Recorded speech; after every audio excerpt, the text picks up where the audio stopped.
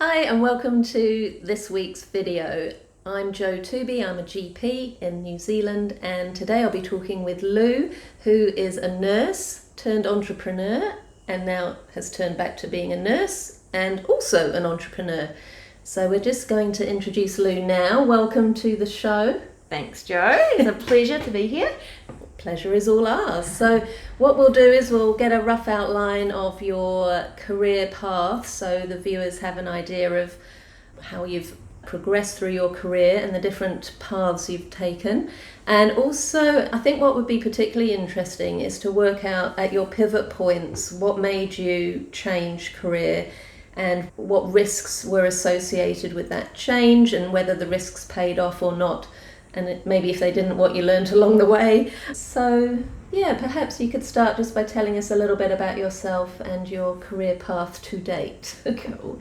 So I started off nursing in my 20s and then I got my nursing degree and then went and worked as a cardiothoracic nurse and then in the cath lab, which I really enjoyed.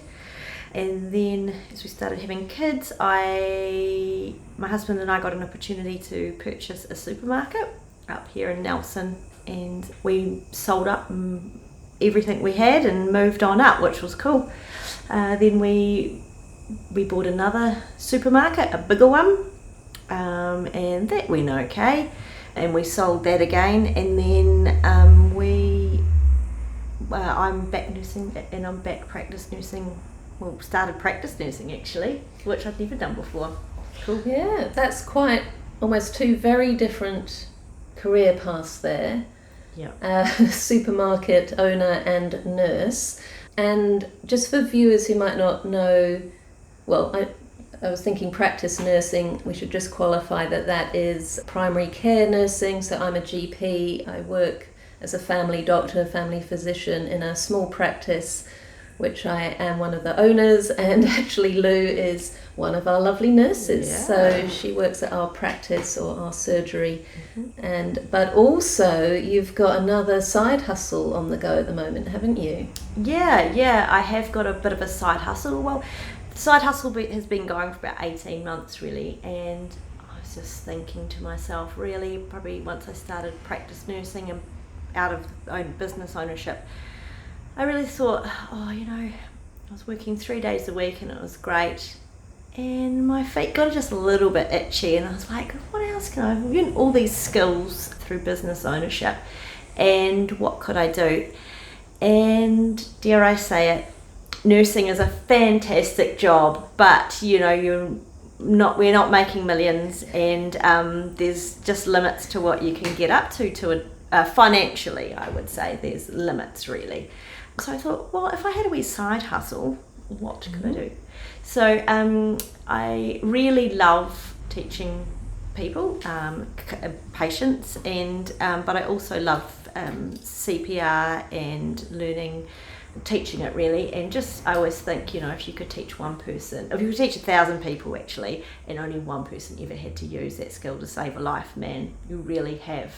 You really have changed lives. You really saved have. lives. Yeah, so I started looking into that, and for 18 months I've been sort of teaching here and there, and mainly through workplace things. So I got all my supermarket contacts together, and I've been very successful within that industry and teaching CPR and workplace first aid in their stores, and that's grown to schools. And then we've got some construction companies, which is cool. And then I thought, actually, where is this going? Where am I going with this? Because, I could just poddle along doing just random bits, word of mouth here and there. And I thought, so perhaps I could just interrupt you there just to clarify. So your side hustle is teaching first aid, or is it CPR? Sorry, yes, good clarification. It is basic life support, CPR, first aid. Yeah. And I now have just become a core instructor, so for New Zealand Resuscitation Council, so I can teach core, advanced, immediate. Yeah, so those are, so when we say core, advanced and immediate, those are the levels in the New Zealand Resuscitation Council. They're different levels of resuscitation qualification, and So yeah, sort of basically going right through to defibrillation and trauma and that sort of thing. Yeah, all our the algorithms for advanced life support, all the medications and that sort of thing. So you've really skilled up in that area, and now you're offering CPR courses to businesses, so local businesses. Yeah, I go down to Christchurch as well. Uh-huh. Yes, I go down to Christchurch. It's a little trek. Blenheim, Kaikoura, the west coast. Yeah. Oh, you get around. I do, yeah. So I've got so many questions now. So locally you tapped into businesses like through your supermarket contacts from when you used to own a supermarket. Mm-hmm. And so how many people were you managing to reach through? Were you contacting like the owners of current supermarkets? Yeah, so the reason I was contacting owners was because when I was an owner, we'd always be sending our, the office lady would send our staff to keep with WorkSafe guidelines. We'd have to have so many staff qualified in basic life support and have their first aid certificate. And we used to send them off for like 8 hours to a comprehensive course, or sometimes 4 to 6 hours, depending on what course they were having to do or what the office lady booked them in on the day. And we'd have to get pay for the course, pay for them while they're away, and also pay for somebody to cover them on the floor. So, and whilst it's kind of like compliance, I guess. I used to be like, it's a long time and quite expensive.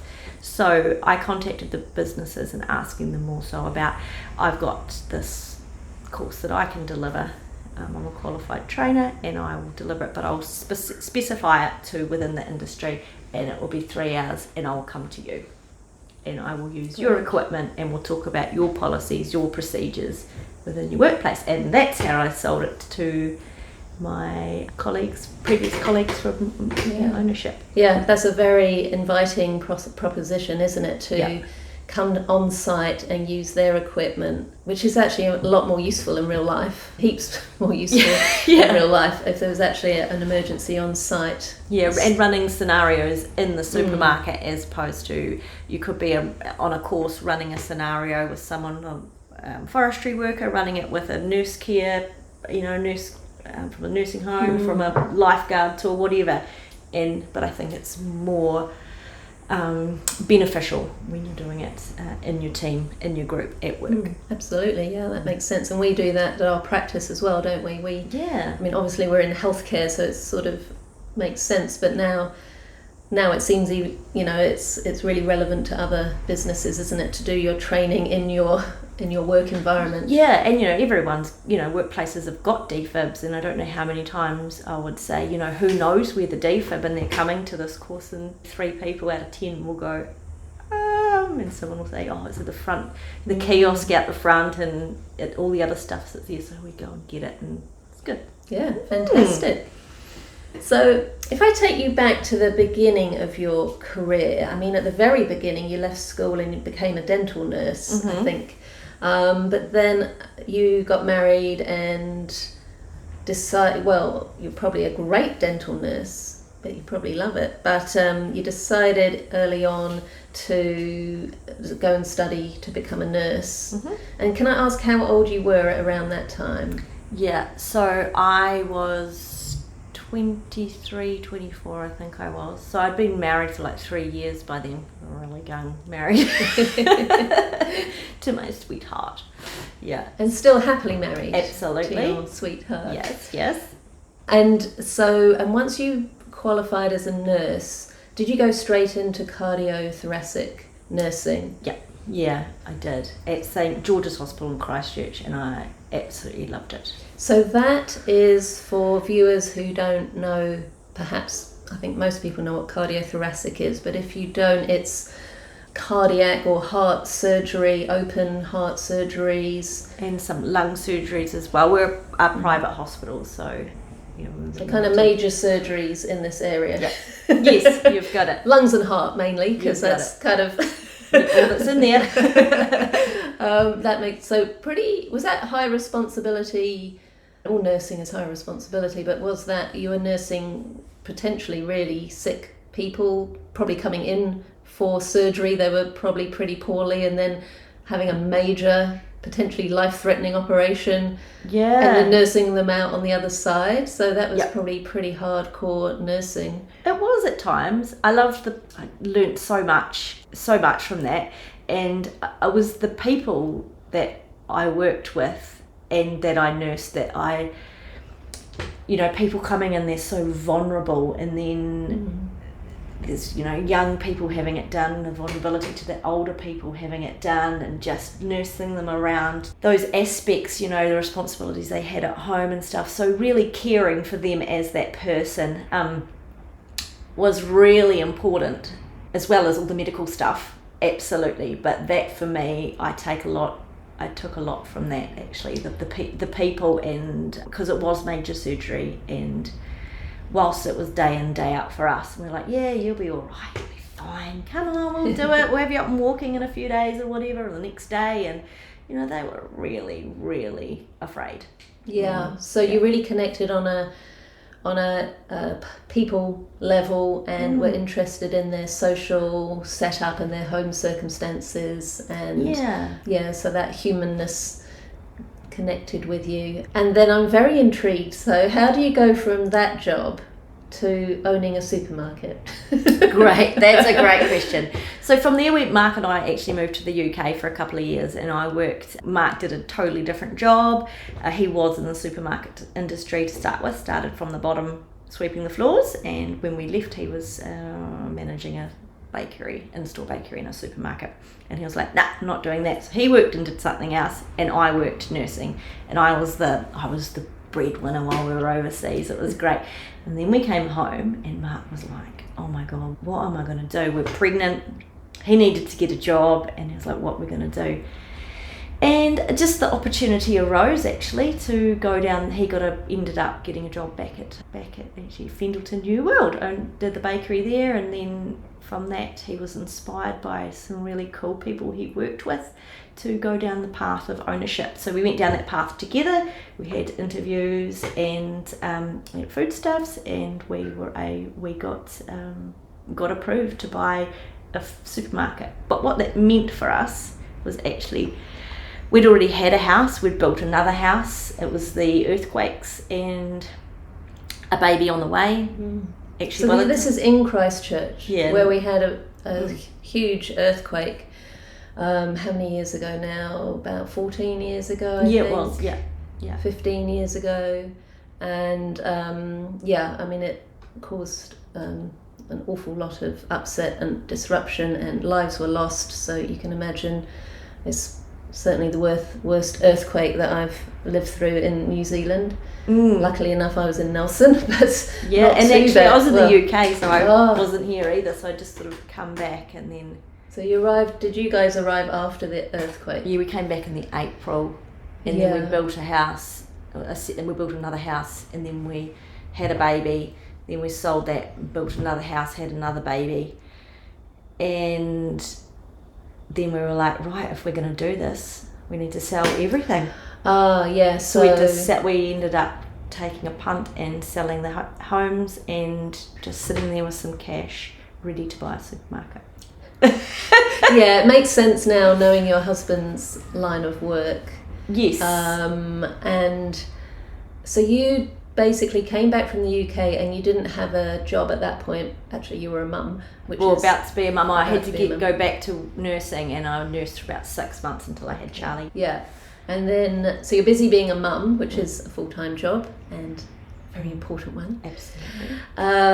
But when you guys bought your first supermarket, you basically didn't, because that involved a move as well, didn't it? So you moved from Christchurch to now Nelson, and bought a small small 4 square. So 4 square is kind of like a local grocery store, isn't it? For viewers that don't live in New Zealand, and so it's pretty key to the community and things. But you guys, so you moved house. So at this point, you've got 2 young kids. And in 6 weeks after we moved, I had a third baby. Yeah. So you don't at that point go looking for a nursing job at Nelson Hospital, you say, I'm all in with my husband on this supermarket. Yes, yeah. And that was like a foreign language. Other than shopping in a supermarket, I had never, owned a business or knew any of the behind the scenes stuff. He was great. He was awesome. He knew his stuff. And along the way, I definitely learned heaps of some awesome support that we had. And I'm pretty curious. I ask many questions. So I was always asking questions, how these things worked, how the process worked. So got there in the end. But I did go and work in the hospital here in Nelson. So when you had the supermarket, were you also working as a nurse, dabbling in doing a bit of both? I wasn't planning to, but I had a coffee with one of the cardiologists that was up here locuming, and he's so lovely. And I had a coffee with him, and then we met. I just went down and said hi to the people in the cath lab, and Jane, who was boss at the time, again, super cool lady. But I left, and basically I went home and said to her, I've just been offered a job at the hospital. I can do 2 days a week. I can pick what days, and I can pick my 8-hour shift. And I was like, oh, it's a bit of a good opportunity. I should take this one. So it offered you a little bit of safety in terms of, well, you're embarking on this entrepreneurial business ownership in an area that your husband has some knowledge of, but really at this point you've not owned a business, the two of you, so that's huge undertaking. Yeah. It's a pretty big business, really. Yeah. And so it offered you a little bit of security of, well, income, or was it not so much that? I think when I reflect on that time, I think it was more, you're just doing stuff and you're not really good at something. And then you realise, actually, that made me feel secure because I'm actually good at that. So it gave you the personal confidence that you had. Yeah, and a little bit more of an identity of like, okay. But then interestingly, as I got better in the supermarket over the years and was working as a nurse at the hospital, and being a mum and a wife, I was just a jack of all trades, master in none. And that wasn't very rewarding either. Yeah, no, that's right. Yes, that's the other thing I was going to say, is that you didn't leave your nursing behind either, so you kept your hand in, because it's quite easy to lose knowledge quite quickly, isn't it? Because medicine moves on, and if you don't keep engaged and educate yourself constantly, you can certainly feel like you're falling behind in a short space of time, but certainly in a medium term you can actually fall behind. So that sort of kept your knowledge base up to date with the nursing, which was great. Did you at any point leave the nursing altogether and become full-time with the supermarket side of things? So can you, well, actually, to date, to that point, when you're working 2 days a week in the supermarket, did you feel like you had personally taken a risk at that point?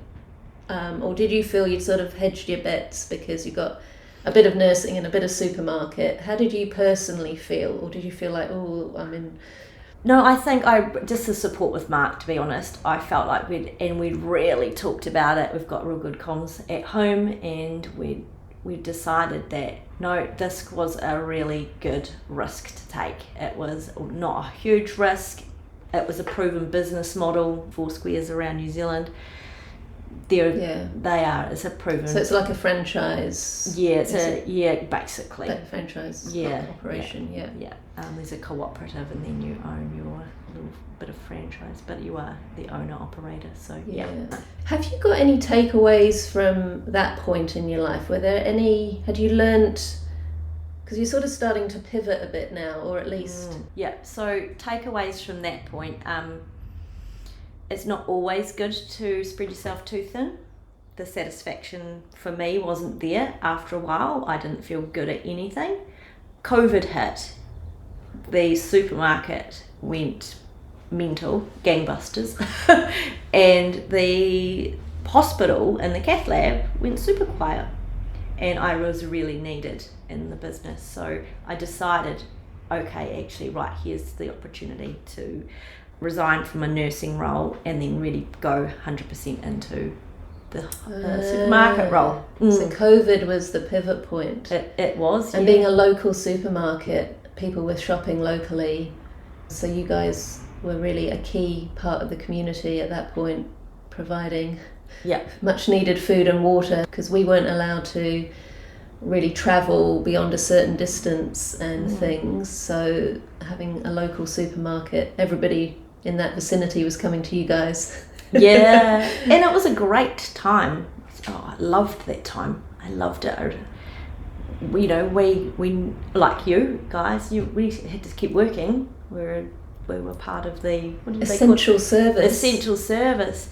And the conversations that I'd have, the reassurance you'd give to people, the help, the delivering groceries to people, and we had to quickly try and figure out new processes at work. And then it was I love organised chaos. I love it, and I loved that. That time was just great. I loved it. So it's interesting hearing you say the things you loved about it then, because that was reminding me of the skills you really honed on the cardiothoracic unit, connecting with people and providing reassurance and, sort of telling them it'll be okay, and you can provide the care, which in this case was food and water and drink, and so really boosting people's confidence. Just being that place that people could come to. Some people just came down to be like, you're not supposed to come and yarn, but anyway, they needed that. That sense of community and social support, or support in general. No, there's already a bit of an overlap there between your skill set, your people skills from your nursing in the cardiothoracic unit and being in the supermarket. Who would have thought? And the cool thing about that job, that role at the supermarket, was you did everything. You'd catch the owners behind the counter, you'd catch them stacking shelves, you'd catch them reconciling everything, doing the banking, doing the unloading trucks. Like, they do everything, which is really nice, and hence you get that customer contact all the time, and it's really cool. I used to love it. Well, it's what I thought I would miss by not being a nurse. I thought, I love the patient contact. How am I going to manage that? And it really came through and linked together. That's fantastic. Yeah. So then you're all in the supermarket business, and how did it feel? So you didn't, I was going to say, how did it feel leaving your nursing behind? But I suppose at the time, your sort of COVID circumstances were that I guess you weren't leaving too much behind, because like you say, the hospital was quite quiet. But how did you feel like you were leaving part of you behind, like part of your identity? A little bit, I definitely did. However, I think Mark, again, chatting with Mark about it at home, and just that reassurance that he gave me to, you can always go back. He's always good at reminding people, nothing's forever. You can always go back if you want to, doing this. And so I really took a lot out of that, and just and really put 100% into the supermarket. And I think owning business sometimes, maybe not for you, Joe, but there was a lot of freedom. There's a lot of freedom. There's a lot of commitment, but a lot of freedom that we had, and that was great with a small family. Yes, great. So I wonder if you've got takeaways from that period. I mean, there's a couple of things you said there about maybe you found more freedom being self-employed as opposed to being an employee of the hospital. Just with I think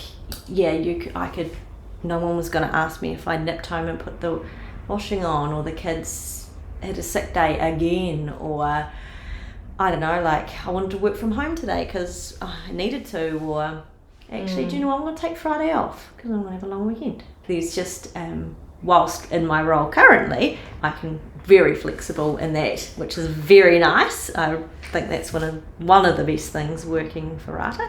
But there was some flexibility in that. When you do have to dig it in, like you have to dig it in, and everything falls on you. However, I was in partnership with Mark. Everything did ultimately fall again onto him. Yeah. So I was there to really was a support for him, because I don't think we talked about when we set up the business about, you know, what roles we would have, what sort of how we would work it, like, you know, to keep to our morals, you know, never just, there was lots of little things that we like ethically how we would do things and make deals and stuff like that with different suppliers, and we had that all set up before we even started. But one also was, who is the boss? And we realized that actually no one can be, you can't both be the boss. Yeah. Someone needs to take the ultimate boss role. Yeah. So you were happy that and I was happy with that. And but the support, we just worked well as a team. Yeah, that's fantastic. So it was good. Yeah. And then do you guys then buy a bigger supermarket? So you sell the little one or the smaller one, buy a bigger one. Yeah. And you're still not nursing at this point, is that right? Yeah. So we'd gone we had gone 6-7 years in this Foursquare, and then we were like, where are we going? Needed just a little bit of a challenge. You know, do we look at seeing if we could get approved down the New World path? Do we just stick? Life was great, like it was fantastic. It was so cool. But you need a challenge. Sometimes you just miss that real challenge that comes with it. And so we looked into what we could do, and we really didn't want to move away from Nelson. We loved Nelson. People often push hard and follow dreams and get bigger and bigger and bigger and bigger. But with that comes people, have to make compromises. And what is that? Do you compromise living in beautiful Nelson? Dare I say it? No, Foursquare milk or Gore or something. I don't know. I love Gore, but really, I like Nelson's pretty good. So we were like, do we compromise that? We had a beautiful house, our friends. We had Mark had his dream of buying a boat. He got a boat. We were all around the show. We didn't want to compromise that, and that was something that I really appreciated in Mark, that he was like, I'm not willing to compromise that. And I was like, fair enough. Yeah, so good to know what you want. Yeah, so the only there was lots of opportunities, I guess, but we decided to sell up, and because it was like a domino effect, the previous owners of Raeward Fresh, they sold to get a New World, so we applied and got their Raeward Fresh, which was about hugely bigger than our Foursquare. But we were looking for it. We needed a challenge. So was it about challenge? It was about challenge. Mm-hmm. That's what on paper, it wasn't great on paper. It was okay. So money wise, there wasn't a huge incentive to. No, it didn't sort of turn over big money, but it was more about personal challenge. Like the return on, there was risk involved with it. Like we'd gone from owning a cookie cutter business in the Raeward, the Foursquare, to this Raeward Fresh, and the banner didn't really know where it was going, which again in reflection is just so important, to know what your business is about. It wasn't really that clear. There's only 4 of them within the country. Ours had a massive wholesale to it.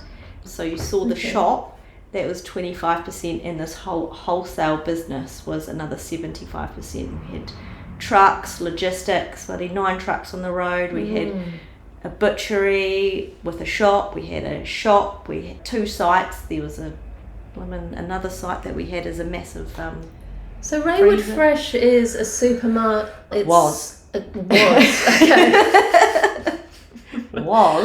Might be a whole nother video.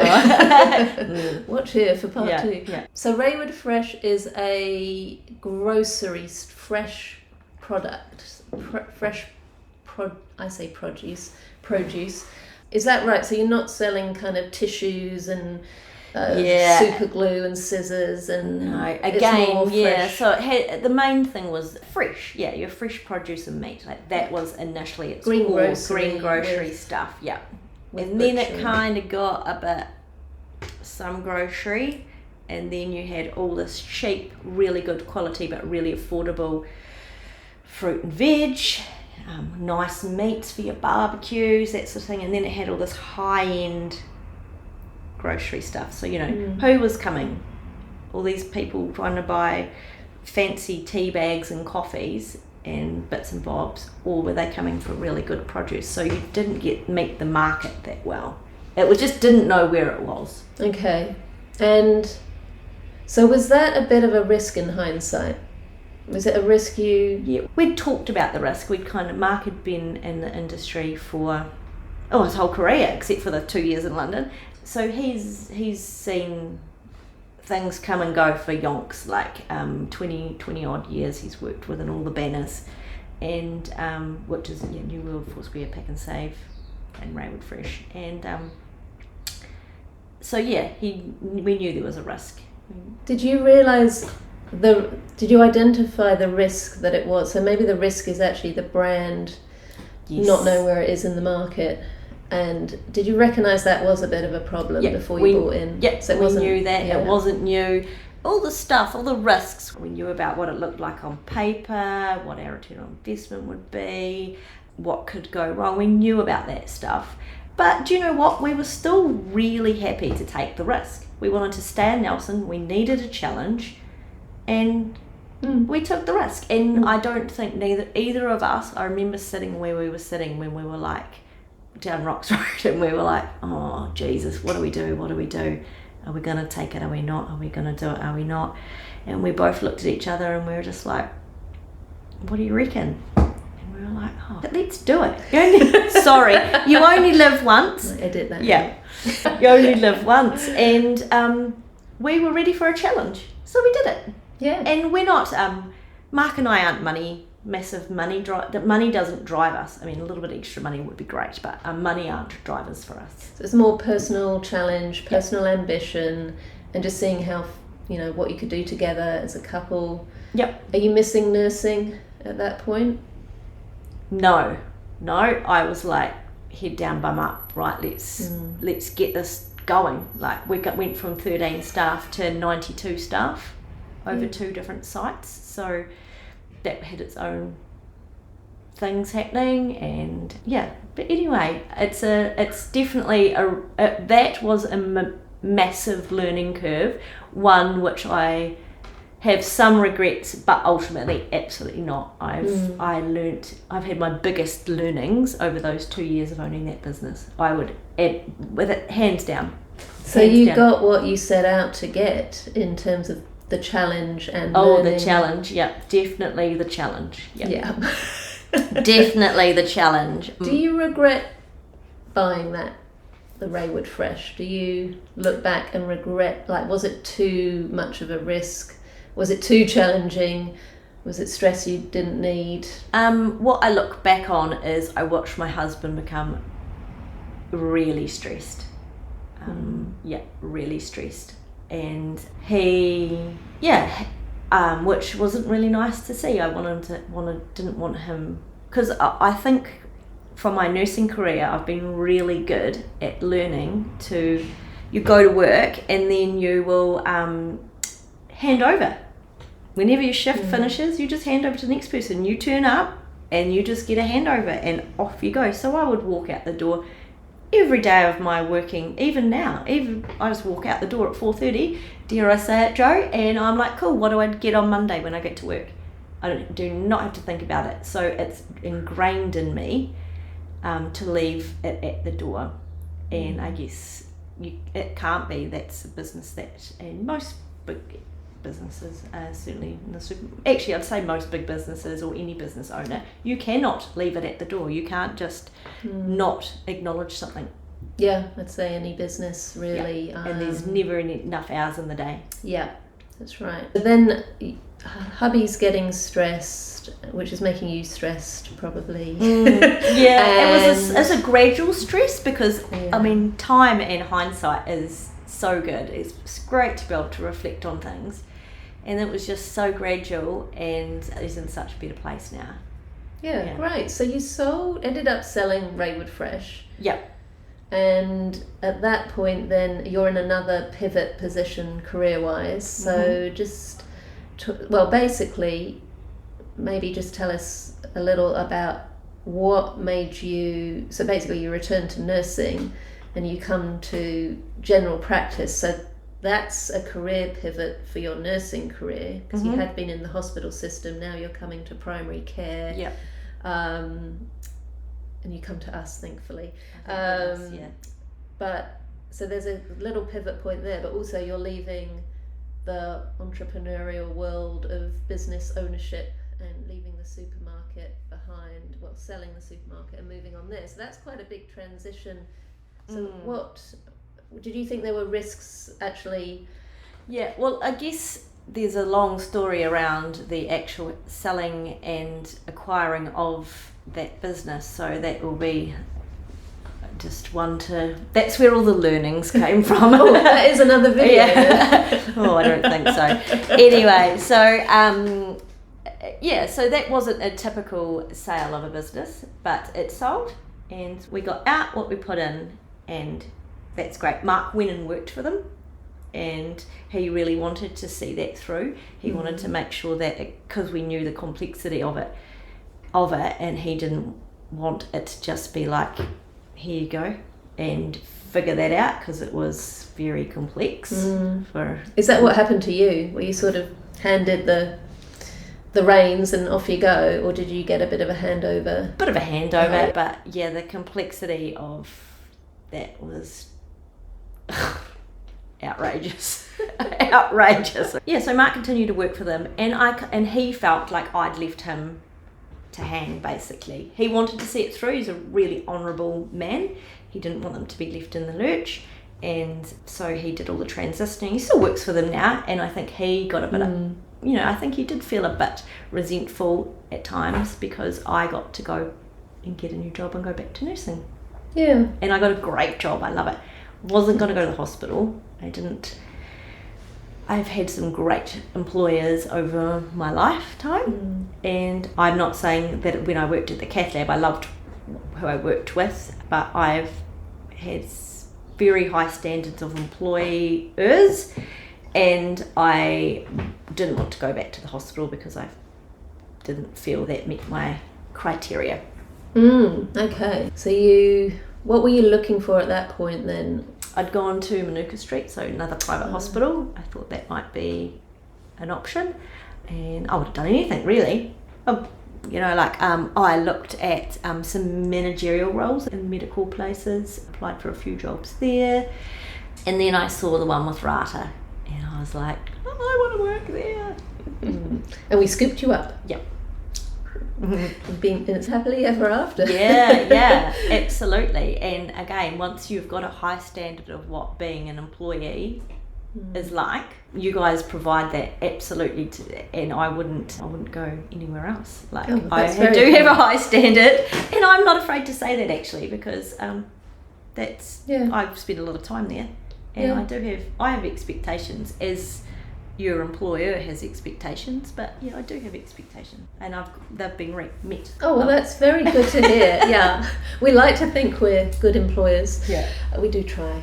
So, and now this is in danger of turning into a job interview, so I won't talk about Rata much longer. But so then, I mean, to cut the Rata chapter off a little bit short, but you sort of decided you were big.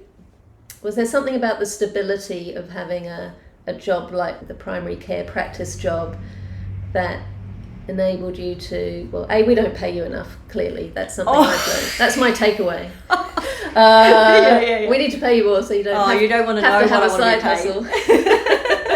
But I think from what you've said, you're actually the sort of person who likes a challenge, and the side hustle, and like you say, it's not all about money for you, so just the personal challenge of this side hustle you've got. So you've told us a little bit about how that works with your CPR training for local businesses, and now we're sort of come full circle. It makes sense that you'd go back to your supermarket connections and go back into that kind of workplace, and now to teach CPR. So it's a wonderful kind of connection of all your skill set that you've learned along the way. Mm-hmm. And you can totally understand their business, where they're coming from, and being, their employees, and, you've got perspectives from every angle, really. Yeah. And now you're able to offer quite a unique service in providing this CPR training, with, I think, your unique insights into supermarkets and that kind of local business. Yeah. So well done. Thanks, Jo. Thanks. And have you got any?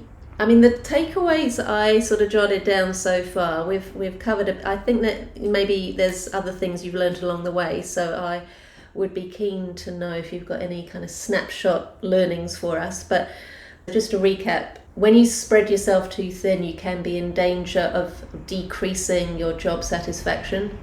So you can feel like you're not doing any one thing particularly well.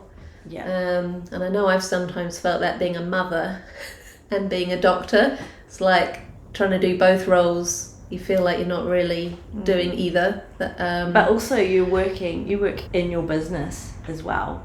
Yeah. You work in it. I think that's really, I watch that from my experience, and I'm like, how do you guys ever work on that at all?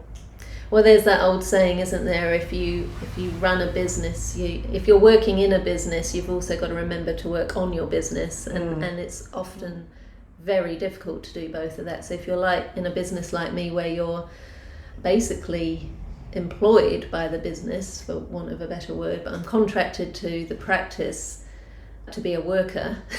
Yeah. And I spend 40 hours a week doing that, and it doesn't leave a lot of time to work on the business. Yeah. But luckily we have a good practice manager, don't we? She's worth her weight in gold. Oh, yeah.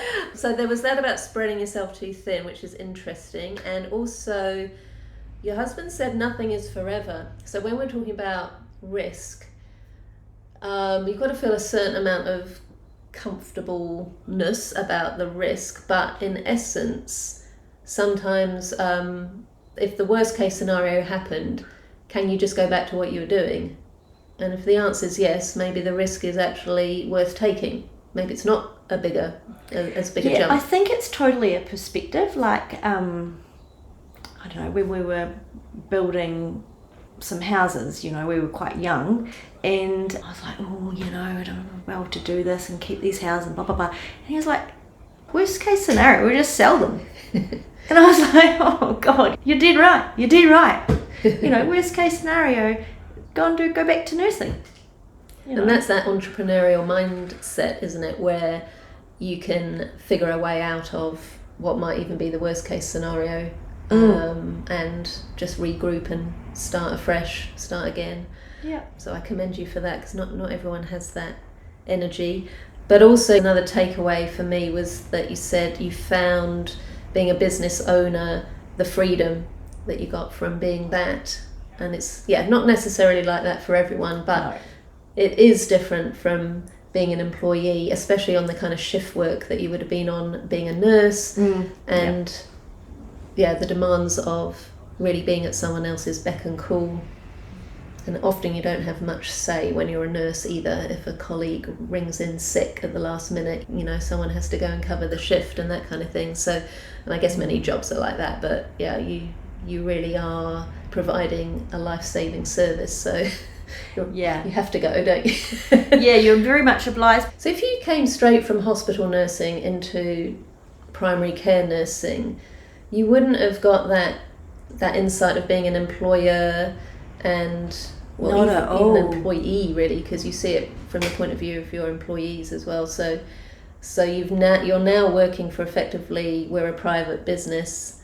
And so, I'm your boss. You're employed, but you offer us great insight because you've owned a business before, and you know what it's like to be an employer and an employee.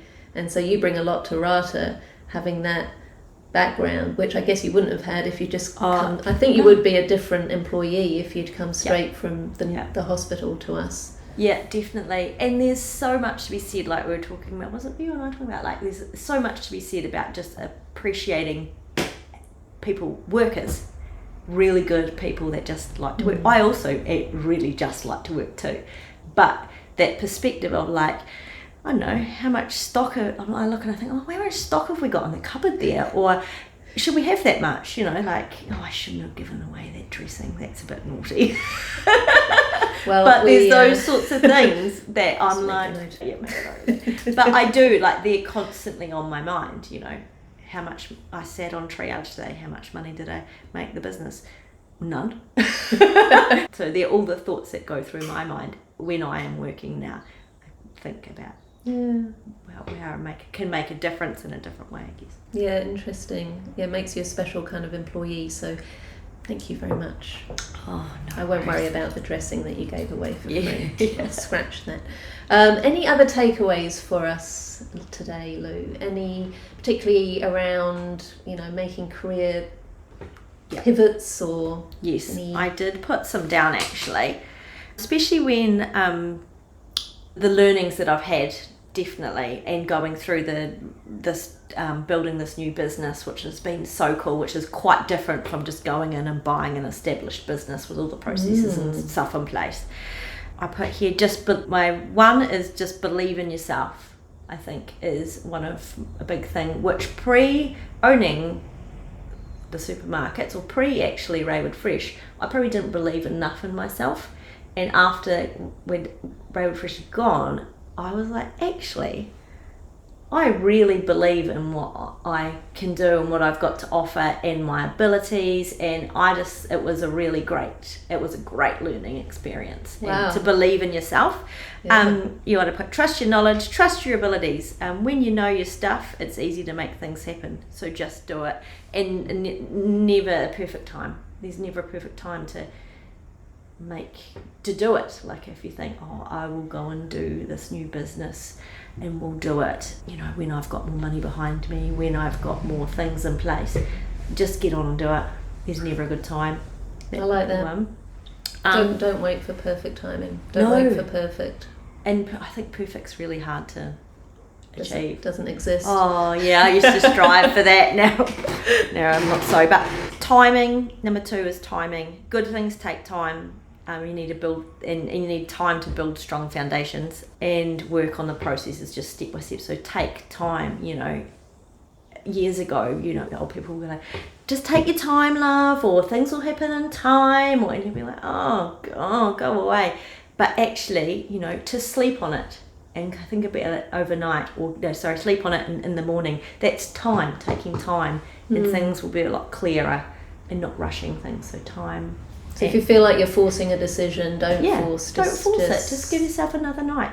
Sleep on it, have a think again. You've got to be I never want to regret the decisions that I make. So whilst I might look back and go, that wasn't the best decision, but at the time, every time I make a decision, I've thought about it and I'm confident that we're going to do it. This is going to happen. I'm going to do this. And I'm happy with all the information I've got. I'm going to go for it. Yeah, I tend to think you try and make the best decision you can at the time with the information you have available there and then. Yeah. Like you say, you can only make those decisions based on what you've got at the time. Yeah, and just don't have hindsight. No, hindsight's awesome. I love it. And again, that's time. I think that's time. Like that's what I mean about time. Time is looking back. You know, your hindsight, looking back on things and see where your learnings were and see where you've grown. I think that's really cool. And I think number 3 is just don't be afraid to ask the questions. You don't know everything. None of us know everything. So when you're building something or getting something new or building a new business, don't be afraid to ask people. You know, you're not great at everything. You don't know everything. Mark always says to me, aces in their places. Like put the right people in the right places. Get the knowledge from the right people. Sometimes you have to use them to do a specific job because they are the right people for that job. Always network and be curious. I think that's one of my great words at the moment is just to be curious, to ask the questions. Asking questions makes you smarter, and I think that's what I reckon. It makes you open up to just this different world. Like the more questions and curious you get, and then you just sort of can grow, and your business can grow. I love it. Thanks, Jo. And I don't know if you want to have this one on there, but in Mark and my rules of owning a business together and ownership, we set down these rules, and I was talking about them earlier, and I always, number 7, never be a dick. Okay. That's it. Don't be a dick. And we'll finish it there. Yeah. On that note. Yeah, but that's it, yeah. Oh, that's great. Well, thanks so much for coming along, Lou. It was so interesting to learn more about you and hear your very interesting career path and some of the challenges and risks you faced along the way.